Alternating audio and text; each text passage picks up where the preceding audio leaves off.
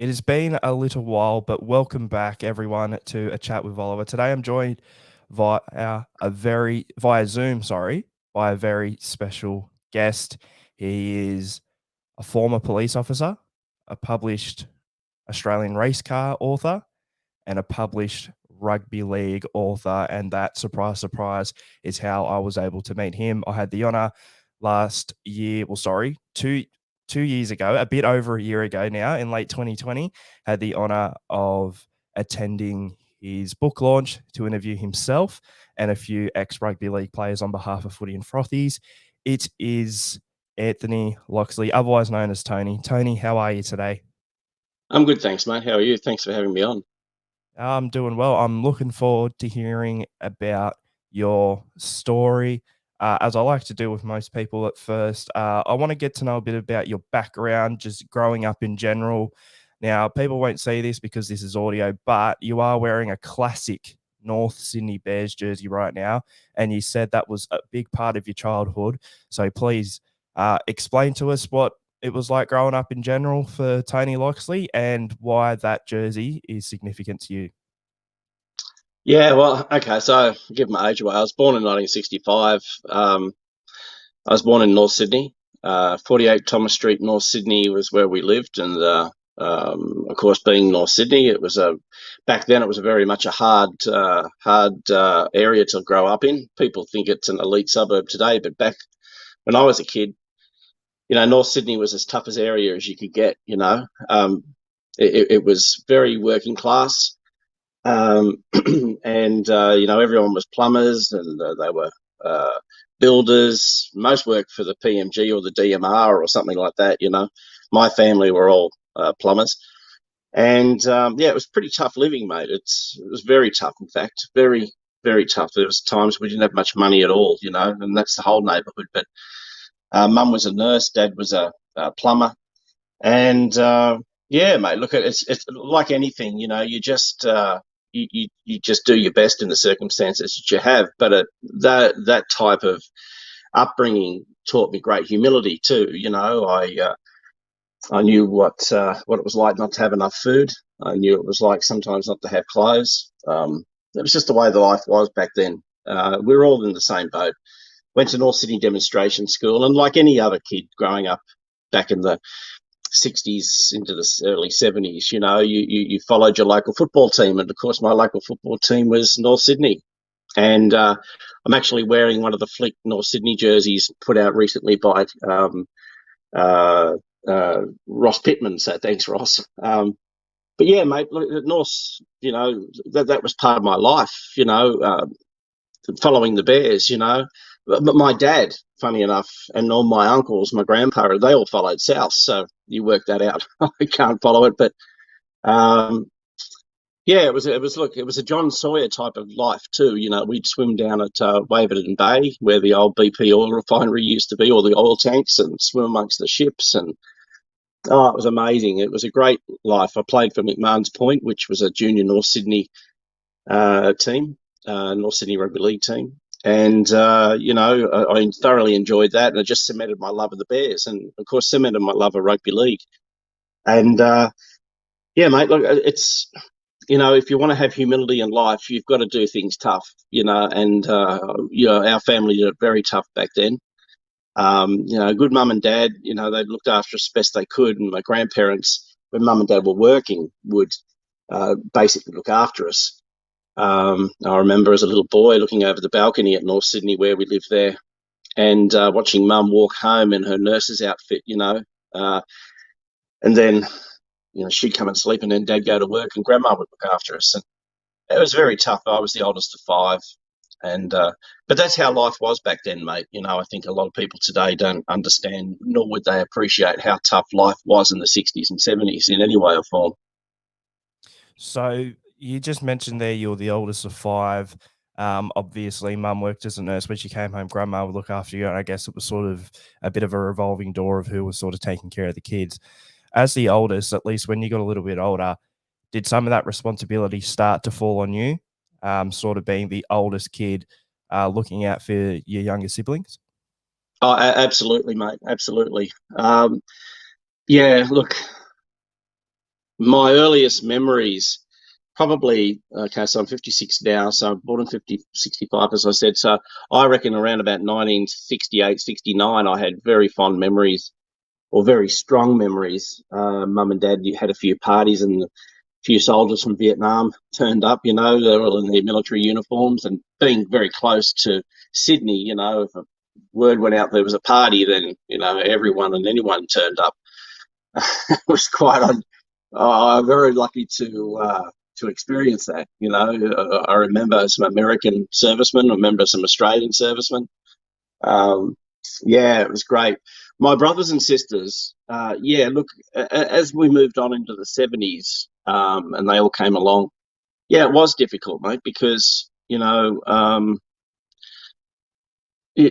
a big brother doesn't necessarily mean that you actually take care of them per se, but what you do, you keep an eye out for them, And in my little adventures with my best mate at the time, David Powick, running around the back streets of North Sydney, and and through Braithwaite there, and through the old nursing home where all the old World War One soldiers used to be, and World War Two soldiers, the repatriation hospital there at Braithwaite. It was my brothers and that would come with me, and they were only very little, my sister, Belinda. But for the most part, because they were so young, I didn't really have to worry too much. As we got a little bit older and we moved from North Sydney to Eastwood, yeah, it was a bit different then. But, we were very lucky back then because family always looked after you. There was always someone to look over you, whether it was uncles or aunties or grandmas and grandpas. I was lucky to grow up with having all my grandmas and grandpas, and I have nothing but fond memories of them. They're just wonderful, and I still remember the smell of the baking cakes in the afternoon, and the incinerator burning in the backyard. Like everyone used to have an incinerator burning on the weekend, and the gardening, and one fond memory I must tell you is my grandma Martin made me this. It was probably 1972, 73. Made me knitted me a jumper, and I refused to put it on. I was screaming blue murder because it was like putting on, threads of straw.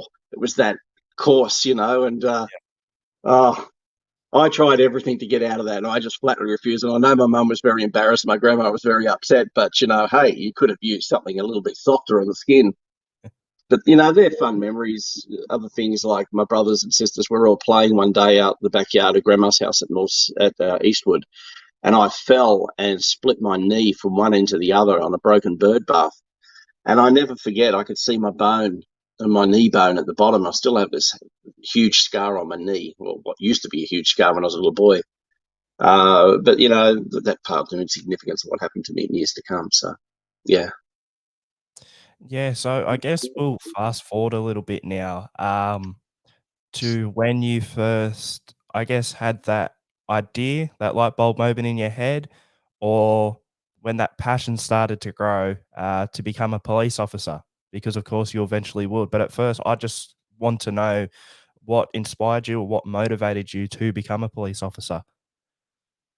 I had an uncle who was a police officer. He was a police diver. Um, and I'd heard the stories of what he went through as a police diver. We had some members of the family in the police. My grandfather was good mates with Bumper Farrell, of course, the legendary Newtown um, player and police officer. My grandfather he was a tough nut too. So I mean, everyone was tough back then. It's just the way the world was. Um, Mate, that was probably the seed, I guess. But I did a lot of jobs. I left school in '81. I refused to do year 11 and 12, which I tell my kids today. Finish school; it's very important. However, I had a great job at Channel 10 offered to me, so I went to work at Channel 10, and I began taking photographs at the same time of Speedway events, motor racing, and I really enjoyed my photography.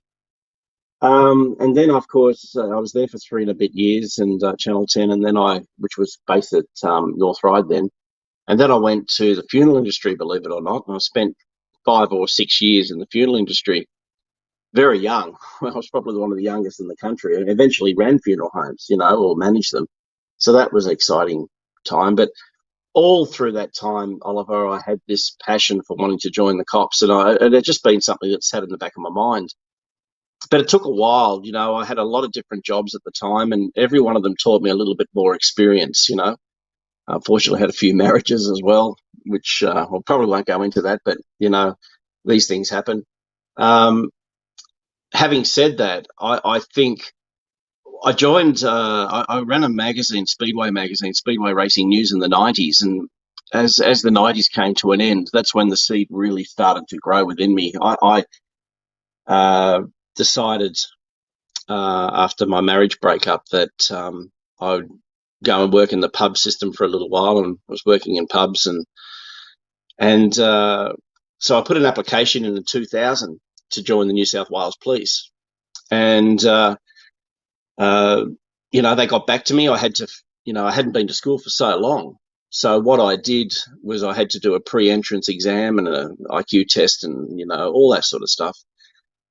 And I passed, and I couldn't believe it. And but it was hard work too. I was very nervous. I was nervous and thinking, Jesus, how am I going to do this? It's just a lot of work. But I got through it and I did it. So I was the following year, I was into the academy down at Goulburn. Well, actually, we started at Richmond before that as like a precursor to the New South Wales Police Academy, because I was getting so many people coming through. And they were really low on numbers too at the time, so it was a big recruitment drive. And then I went down to the academy, and then the rest is history. It was a hell of a ride. So let's go into your journey within the police force itself. I just want to know, I know this is very vague, but what is it like to be a police officer? Because people have so many different ideas. There are some people who think you go out every night gunslinging and, chasing after criminals, but there's more to it than that. What would be the average evening or day out on patrol for you, or working, whether it was behind a desk, whatever? What was the average day working as a police officer for Tony Loxley? Okay, so I was 35.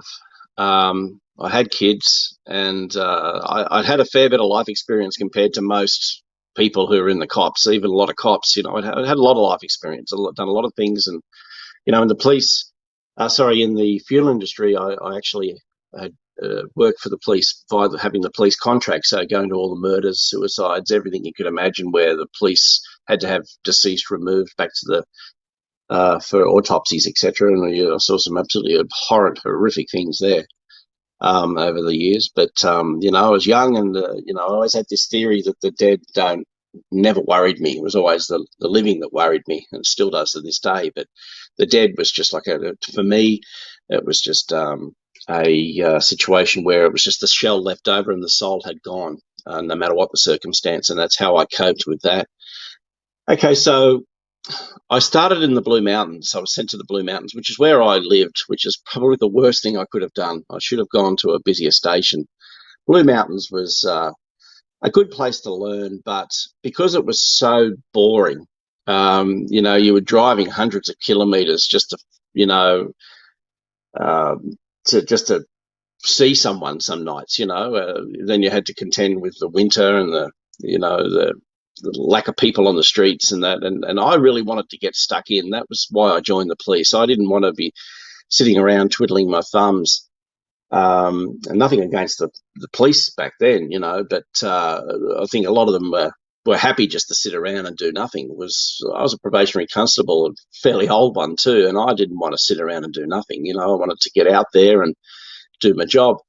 So maybe I was a little bit exuberant, and I got into trouble a couple of times, but because I did step in probably too hard a couple of times. But that's part of the learning process too, and things that I would teach people in years to come by my own experience in the police as a teaching officer. But yeah, look, it's not all gung ho like people think. You put that uniform on the first couple of years, and you're proud of it. You put it on, you want to look 100%. But as the years roll on, it's just a uniform. I never had an ego. To me, it was just a job, and I'd had many jobs at the past, so it made no difference to me. What it was for me, however, was a very good pay packet. but an opportunity to get out there and do something for the people in New South Wales. Now, I know that sounds a bit kitsch, but it's actually not. That's why you do it. I mean, Oliver, when you join the New South Wales Police, there's a good chance you may not come home. Yeah. And over the years, a lot of police have died on duty, and I've known a few. And I went to a few funerals for those that we lost along the way. And for the most part, when I first started, it was just a learning process for the first couple of years. Like I said, it was working up in the Blue Mountains probably was the worst thing I could have done, because it's just a really quiet area of policing. However, you only had one car on at any one time up at either Katoomba or Springwood, because there's two stations up there, or there's highway patrol at Lawson. But so if something serious did happen, which of course happened, there were some terrible things that happened. Don't get me wrong. There was some very exciting times, and there was times where we were fighting for our life. Don't get me wrong there, but it was a rare occurrence. But when things happened, it happened big. Big car accidents. Sadly, a lot of suicides up there. A lot of mental health, a lot of brawls. But it's settled down a lot now. But it was pretty tough when I was there. But then I moved to Parramatta.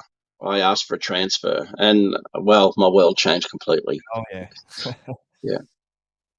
Yeah. So what happened was I went to Parramatta, and I started with the commuter crime unit, which was based at Wentworthville. And again, you're seconded to this for the most part. The officers want to get off the streets, have a bit of a break. But I tell you, it was full on. Yeah.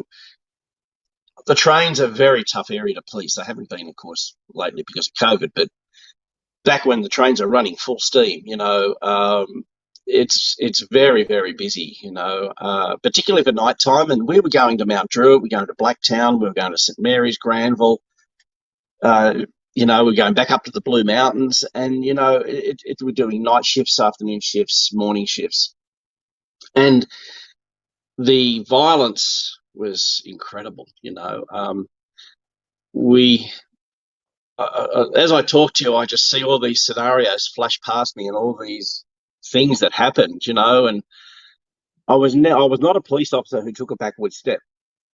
You're a police officer for a reason. You uphold the law to people, and I'd give people one chance and say, mate, I'm going to give you this one warning, stop swearing, rah, rah, rah. You roll off leper at them, and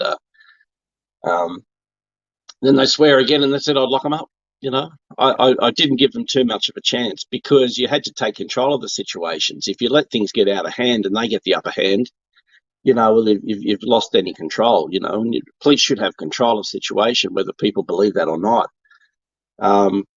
There's good and bad in everything, but I think I was a very fair police officer. I did a lot of arrests, some pretty tough stuff too. I dealt with some terrorist guys, and I dealt with bikies, and I'm never scared of anybody. I wasn't, not because I had a firearm or because of my position. I just was never scared. I could fight, and if I had to fight, I knew my, I knew my defensive tactics. I knew what appointments I could use to subdue a person if I had to. I never punched a person or was cruel to anybody. Although if someone punched me, I would punch them back straight up, and I would tell the magistrate the same thing, and I never got into trouble for it.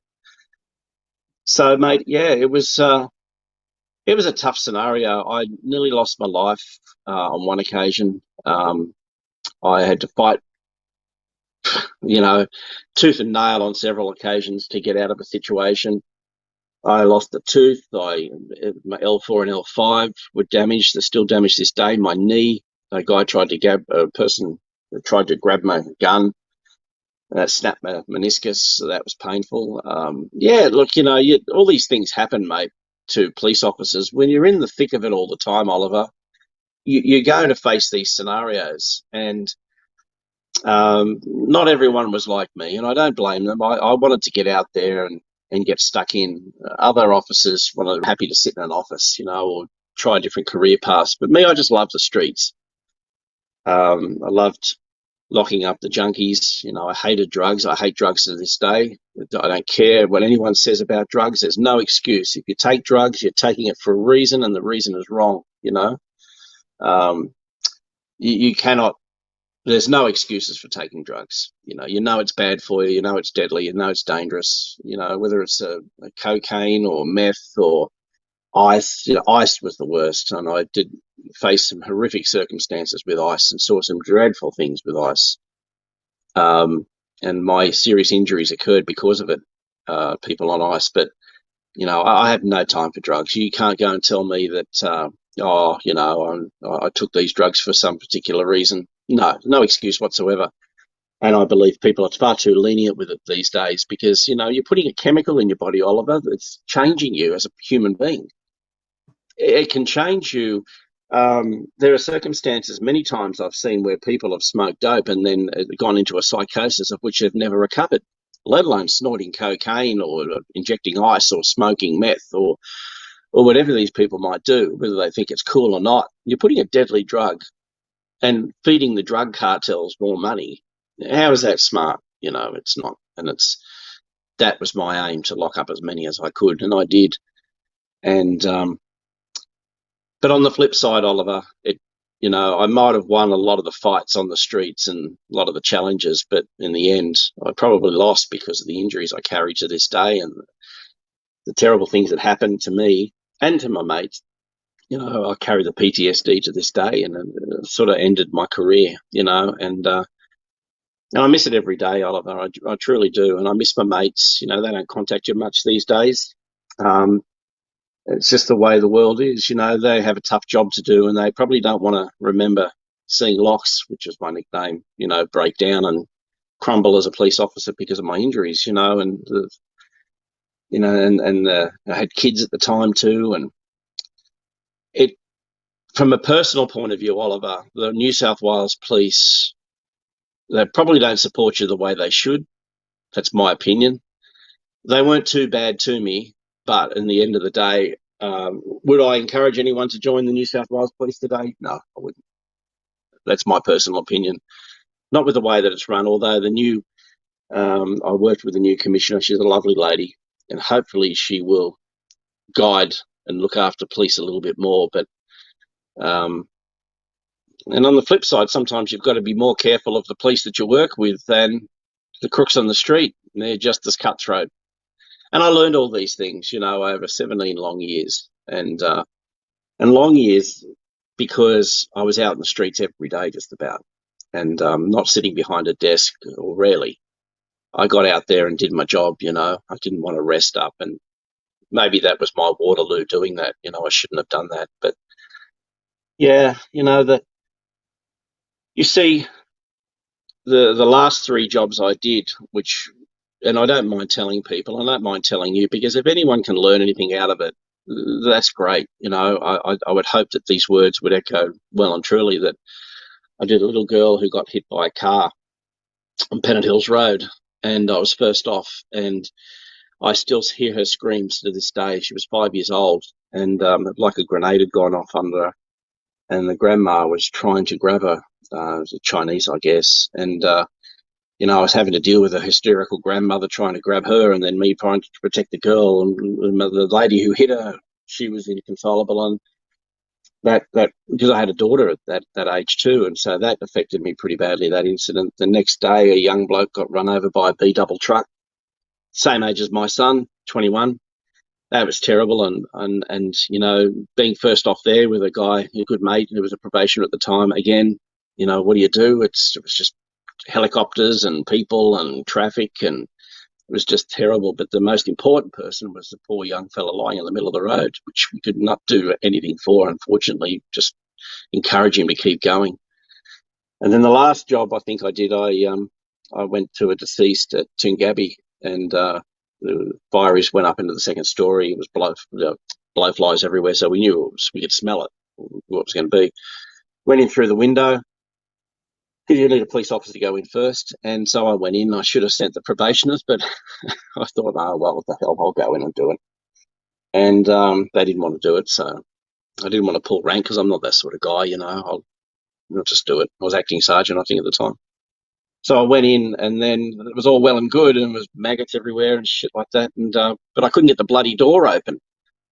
Yeah. And of course, I just had enough. I think deep down my heart just said, "Oh, I'm done. I've had enough. I've seen so much." The people who were involved in the execution of Curtis at Parramatta Police Station, most of those young blokes, who used to call me Mr. Loxley, remarkably, I'd seen grow up, and used to deal with them on the streets all the time around, Arthur Phillip High and the libraries and the main street there and the, Church Street and all that at Parramatta, which is where I first met Peter Winbott, mind you. Well, we're such good mates because he saw me marching them back and forward to the police station every day through the mall. But I think when I got home that night, something happened and I just wasn't able to sleep. I just couldn't sleep. I think the nightmares got in control of me. And yeah, mate, I wouldn't wish it on my worst enemy, no matter who it would be. They would go through what I went through. And, was I compensated in the end? No. No, I live with the nightmares every night. And I still have the nightmares. And I don't know why they come back. I don't think about it, but they do. And I'm not the only one. Of course, there's a lot of police out there who've committed suicide or have struggled and remain struggling for the rest of their lives, where there's others who've just walked out, and it's not affected them. I think it's not because your mind is any worse than anybody else's. I think it's just the circumstances that you face at the time dictate the terms on how your body is going to react. And, I was in cars with kids who were involved in horrific wrecks. They, died in my arms as we lifted them out of the car. And,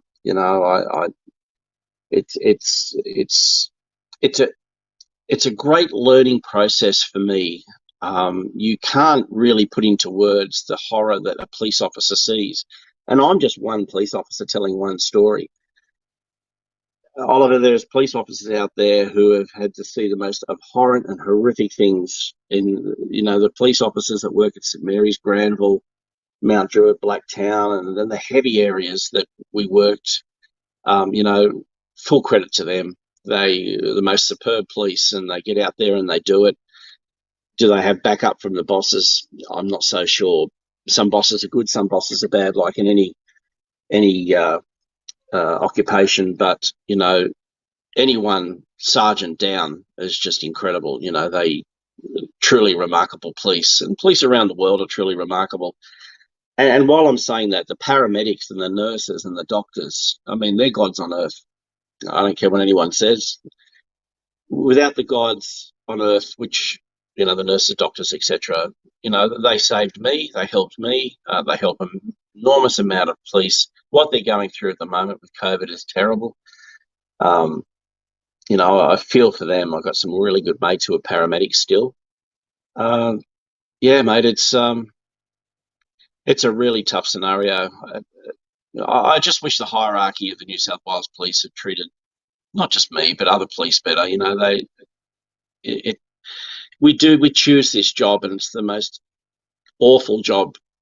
It's the hardest job you could ever imagine. The danger out there is always just around the corner, and you don't know when it's going to rear its ugly head. And, you go to a job, you put the lights and sirens on, you flash through the streets at 1,000,000 miles an hour, getting there because you're going to face something that's not good. And when you get there, you've got to assess the situation as you get out of the car, so you're right on your game as soon as you get out of that police car. And then, that's when your mind really snaps into gear, but look, it was a job I chose. I can't and I won't go back and say, hey, it's my fault. It's not. It's you choose these occupations, and you go in with eyes wide open, not eyes wide shut, and it's going to be tough. But really and honestly, Oliver, nothing prepares you for a job as a police officer. Nothing. And I know the army. You go to war. Soldiers go to war, and particularly First World War, Second World War. But, a police officer, it's a different sort of war we face because we go out every day of the week. Every day of the week, a police officer is out on the streets or in a car or going to a situation he doesn't know anything about, just walking down the street, he can be abused and that. But a police officer is in the firing line for the most part every day of the week, and for years and years and years at a time. And not taking nothing away from our servicemen in any way or form. I mean, the things they see in combat are awful. But I tell you what, the things I've seen day in, day out, like I said, just 3 of those situations I just brought up, that was 3 days in a row, and it's mind numbing to just have to do it every day of the week. And then the paperwork. There's another story. The paperwork is terrible. The defence lawyers, crafty buggers, who, I think most of them know that their clients are guilty, but they defend them anyway.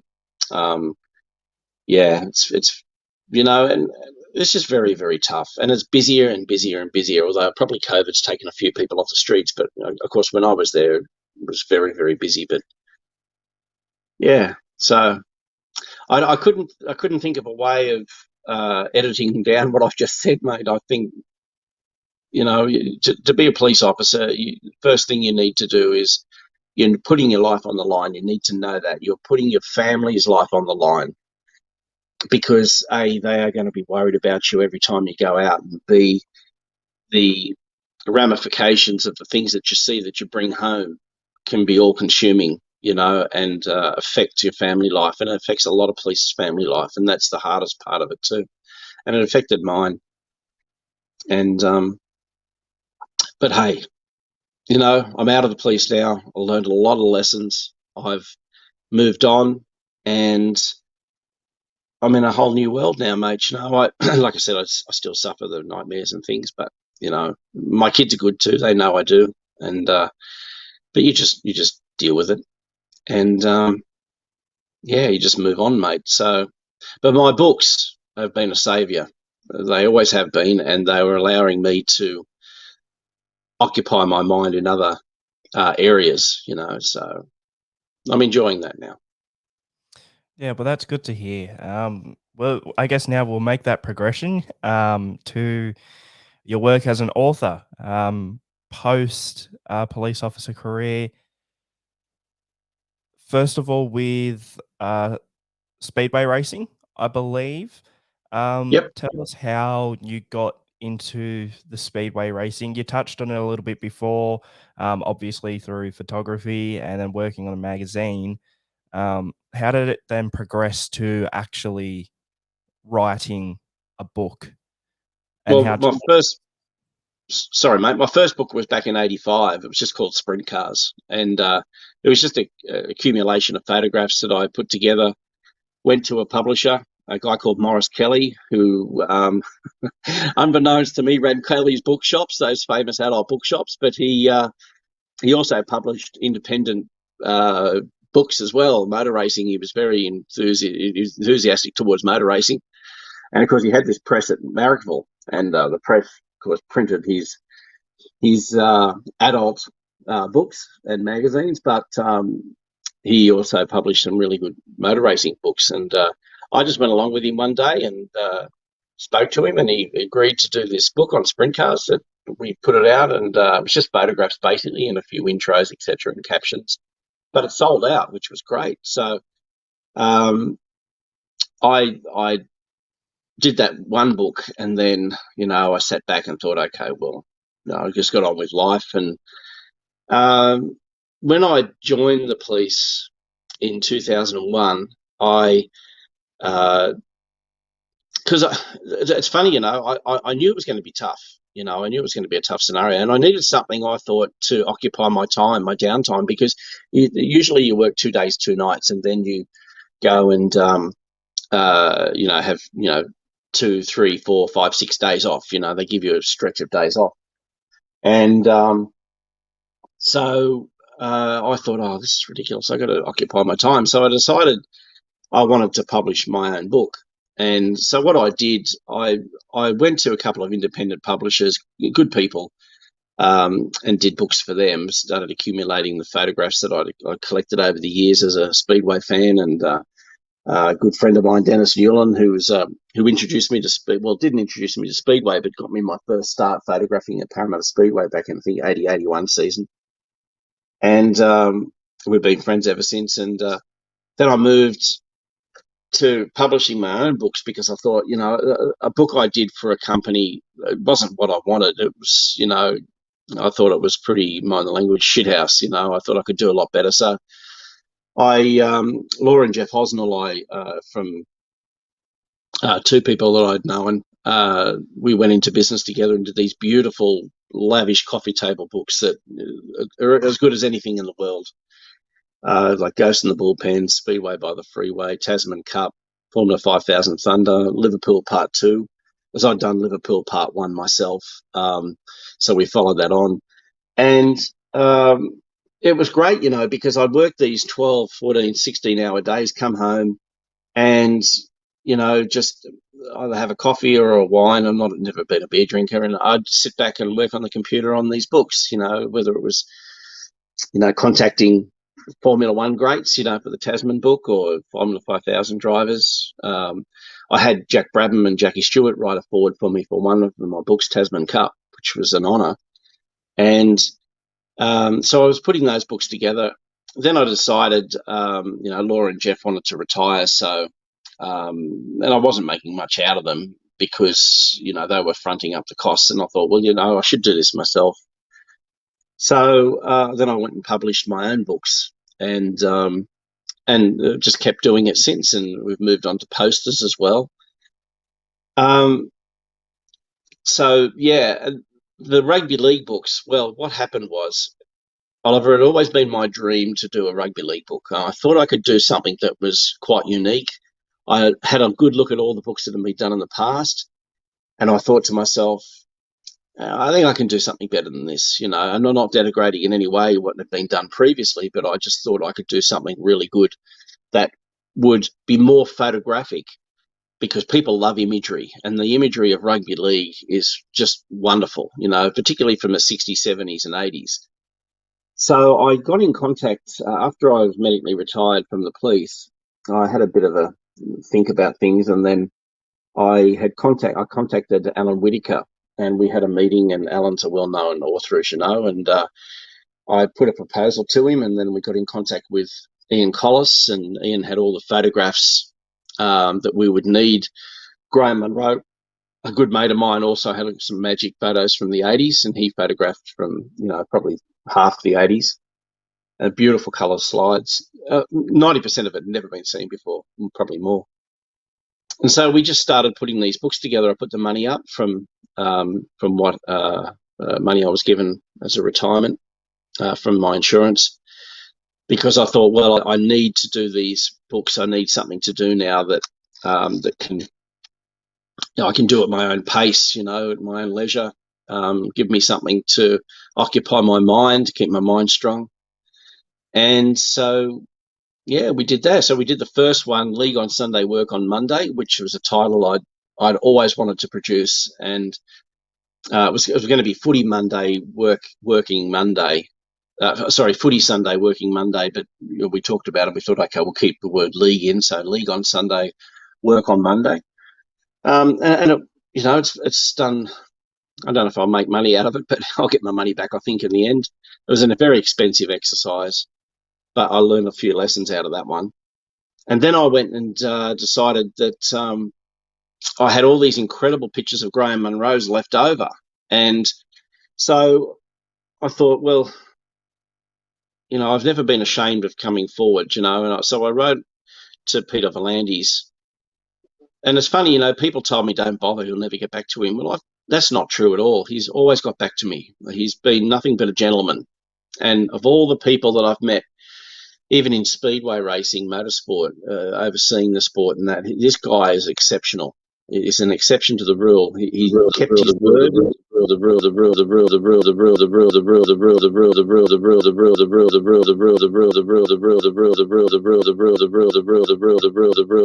we got a problem. Is that better?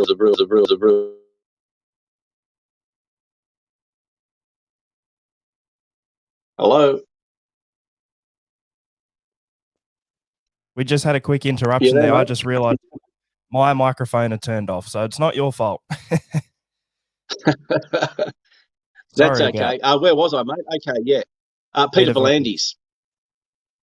Okay, I couldn't fault him. He kept his word. He always contacted me back, and Rachel Kramer, his PA, has been fantastic as well. Um, and they kept their word, and he wrote the forward for me for the Very Tough Men. They were also allowed Alan and I to go through and select what photographs we needed from the archives for the early 80s and the late 80s, which we didn't have to cover. And we just put a beautiful book together. I must thank all the players. I decided to make it more a first-person book, so the players themselves tell the story this time. So guys like Ian Roberts and Don McKinnon and Bruce Clark, Brett Clark, Alan Fowler, Mark Graham. What a gentleman he is too. Peter Tunks, Peter Peters, wonderful guy. Dean Ritchie, who wrote the introduction. Tony Adams, who wrote the afterword. Just so many wonderful guys, like just really, really decent people, and gave their time freely and wanted nothing back in return. I sent them a book and that, and I still get some more books because we had to get it reprinted because I don't know if you noticed, but we had a little mistake where we sent the corrected pages to the printer, and unfortunately, some of them didn't get corrected. So we had to put an errata in, and so we've since had the book reprinted a second time, fixing all those little errors. But these things happen. But no, mate, the NRL have been terrific. Been a pleasure to deal with. I can't fault them. I know rugby league is a very tough game in terms of administrative situations these days, and talking about some of the things that people do in their private lives. Like I said, it's very disappointing to see, and it must be so frustrating for them and for the sport and the fans. It must be very difficult. But people learn the hard way, I guess. But no, the NRL has been terrific, and we've since got the support of the NRL for Brothers on the Field, which is Indigenous Australians in Rugby League, and for 25 years of the NRL. So they've come on board to assist me, and as many images as I need. And I've got to thank Daniel Mears and again Peter Volandis, Andrew Abdo, and others who have. I don't know why they're supporting me. Maybe because I've kept my word, and I haven't let anyone down. So yeah, if that's a reward, then I'm proud to be a part of that reward, mate, I guess. But yeah, I know there's people out there. There's always people out there who like to put people down, for either success or for their individual views. I'm well aware that NRL has that issue as well. I don't put any pressure on any of the media people or anything like that. I just figure that if they want to help me, they will. But yeah, I'm very proud. Like guys like Dean Ritchie and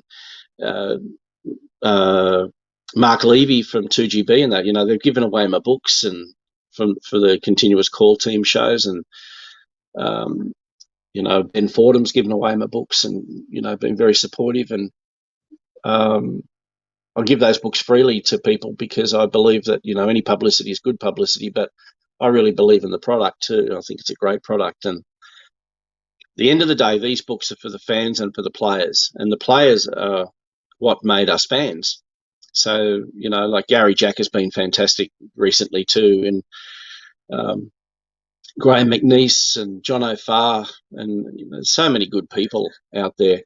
I wish it was the same in Speedway, but this is what professionalism is, and the NRL is pure professionalism. Yeah, sure, they make their mistakes, I'm sure, but boy, I tell you, it's a whole new world you're dealing with, Oliver. It's a whole new world, not only enormous money, but and potential for sponsorships and that, but just, it's just great to be involved with a sport that is just does it so well, you know.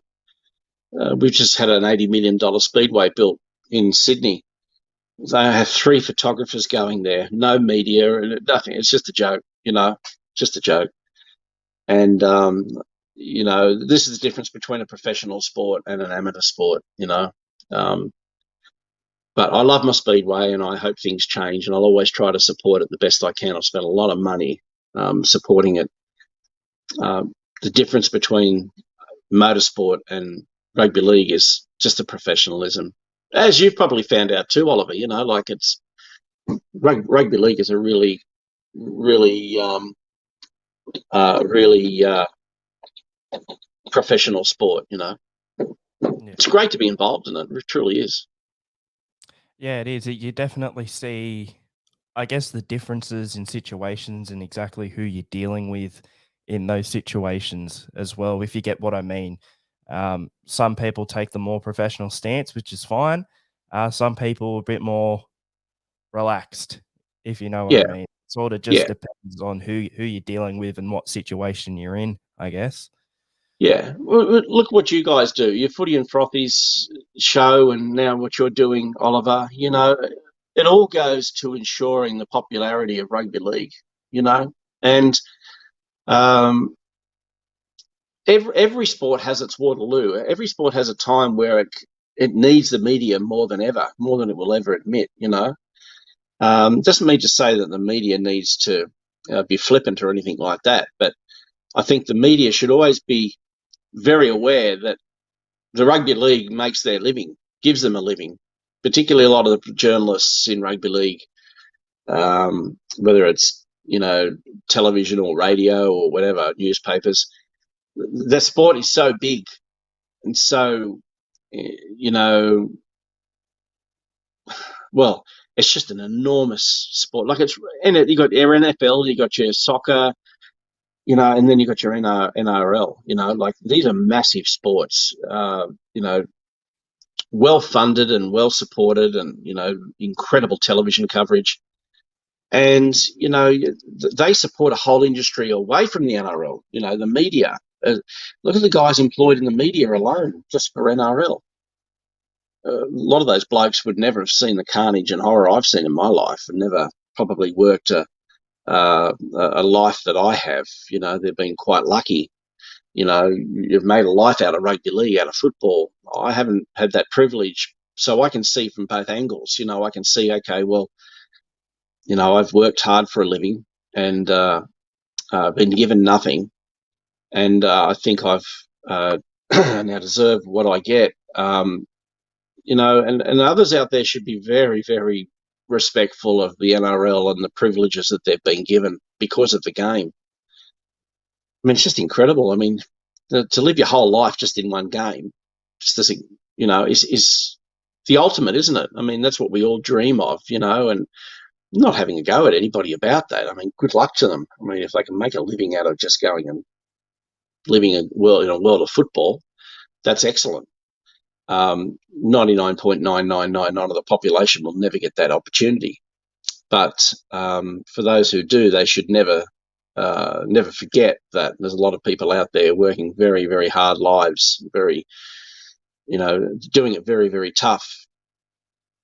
And so when success does come along for people like myself, it's a lot more sweet, I think. And like I said, the NRL, it's just been wonderful. They've now given me an opportunity as I headed towards my 60s, to produce some books that in turn will reward not only the NRL but all those players that made the game so special. And it is, I have to say, the greatest game of all. It is an incredible spectacle, I should say. The players are so fit and fast, and maybe not as tough as they used to be back in the 60s, 70s and 80s and even into the 90s. It's a different game, but they are fast and superb athletes. They still give each other a bit of a short uppercut here and there, which is great to see, and the odd squabbles still break out. I wish they'd bring back the scrums, because I think the scrums were a true test of an endurance of some sort. it was a competition within a competition there in the scrums alone. I'd love to see the scrums back because it looks pretty silly how they are at the moment. But that's my only bugbear with the game these days. But yeah, mate, it is an incredible spectacle, and so many great people have made it so good. And I'm just a small part of it, of course, and it wouldn't even be a dot at the end of the sentence. But I've